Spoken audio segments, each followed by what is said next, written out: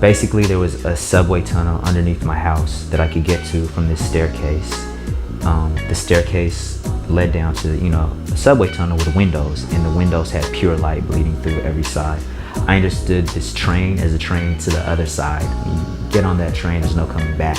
And my mission was to find Tupac, because in my 15-year-old mind, Tupac was the one that was supposed to lead us to our liberation. He had the ears of like millions and millions of kids, right? So in the dream, I found Tupac, grabbed his hand, and I told him like, yo, I know how to get back to the staircase. It's not your time to board the train yet. You're supposed to be the one that's supposed to lead us to our liberation.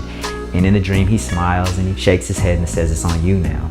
I wake up, somebody that was staying at the house bursted into my room and said, yo, Tupac just died. And all I could think of, wow, it's on me now. That day, it was the day that I decided I was gonna make music for the rest of my life.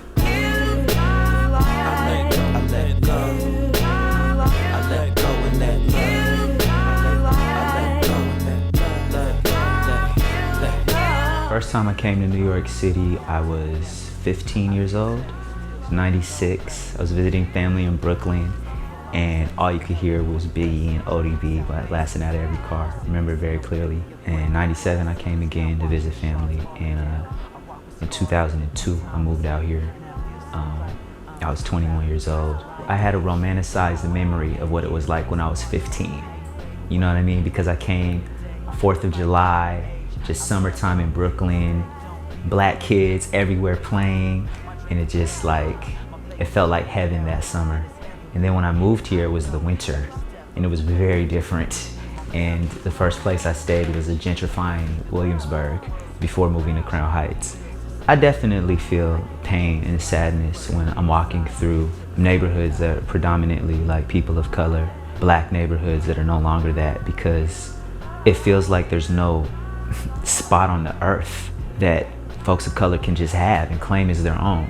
As long as we're in a neighborhood, we're there, we invest so much time and energy into it to kind of make it fresh, to make a lot of times what's an abandoned neighborhood appealing. And then as soon as it becomes that, is the process of gentrification starts and people get pushed out again. I feel like it makes us, families, communities, just people, increasingly isolated when you don't get to be in a place for decades with the people that you want to live with because of money. Like Dre said, it makes it hard to build a legacy, you know what I mean? It makes it hard to plan for generations into the future when you don't know what land your children or your grandchildren are going to live on because you don't claim ownership to it. Or if you do, it can get taken from you. I try not to be emotional about it because it does feel inevitable, but can't help it, especially in neighborhoods where I've spent a lot of time, places that helped form me.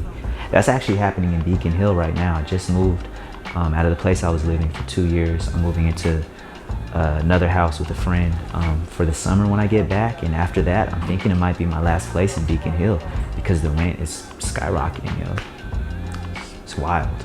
My mom, she came to the United States in the 70s. You probably know how large the East African community is in Seattle, Washington now, right? It's, well over 10,000, probably more than 40,000. My mom remembers when it was 40 Ethiopians in the city of Seattle. And they were really tight-knit and everyone knew each other.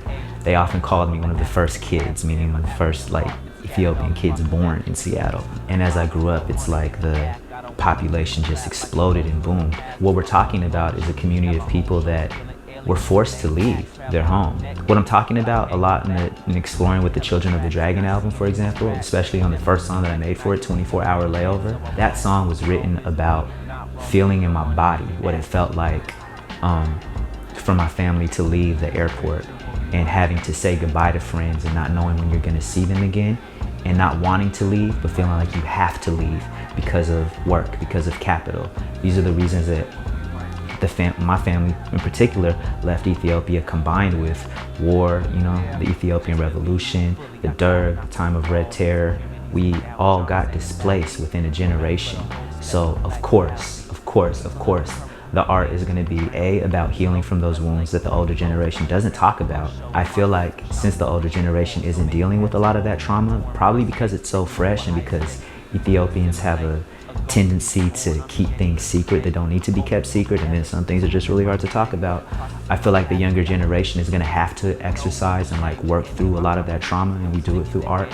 We're people that had a land forever since the beginning of time, and now we're landless. Of course, like building a community, finding home, you know, creating a neighborhood, finding a neighborhood, you know, issues of like assimilation, how do we live here and not assimilate, like all these things are gonna come up in our art because we're just trying to make sense of this fucked up predicament. But I think those issues translate to hella different communities.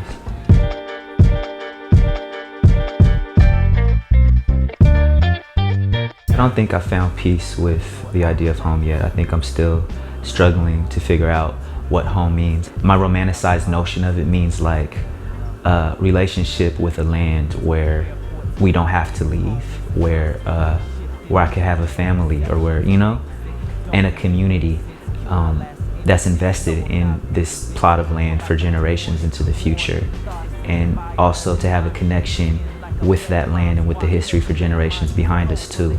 That romanticized notion has never existed to me, so I think what you're hearing in my art is just me trying to make sense of that romanticized notion not being a reality, and maybe never being a reality. A lot of my art is about, yeah, trying to find peace with it, but I don't know if I've actually found it. Otherwise, maybe I wouldn't have to be making this much art. You know what I'm saying? I feel like creating an oral history is of the utmost importance, because if we don't create our own histories, we obviously get written out of the pages of history. If you don't tell your own story, somebody's gonna tell it for you and get it wrong.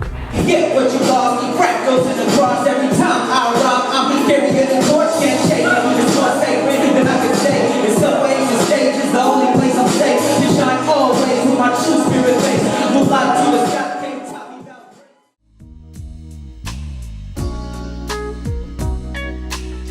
I think it's possible that Tupac really might be visiting dreams, but I also feel like Tupac did and does mean so much to people, and that there's so much sincerity and truth to his work that I feel like our own subconsciouses could be creating things that maybe we just need to hear, and it comes in the form of Pac sometimes. In the end, it doesn't matter if Pac really visited my dream. It was just something that I needed to hear at that time. You know? Between airports and continents, home is a constant shifting. I'm changing with perceptions and angles. It don't make a bit of sense. Kill my last innocence. No, I'm not bitter. It's more like I'm torn and worn at the thought of saying bye another time. Shed skin like I bled rhymes. Walk heavy landmine.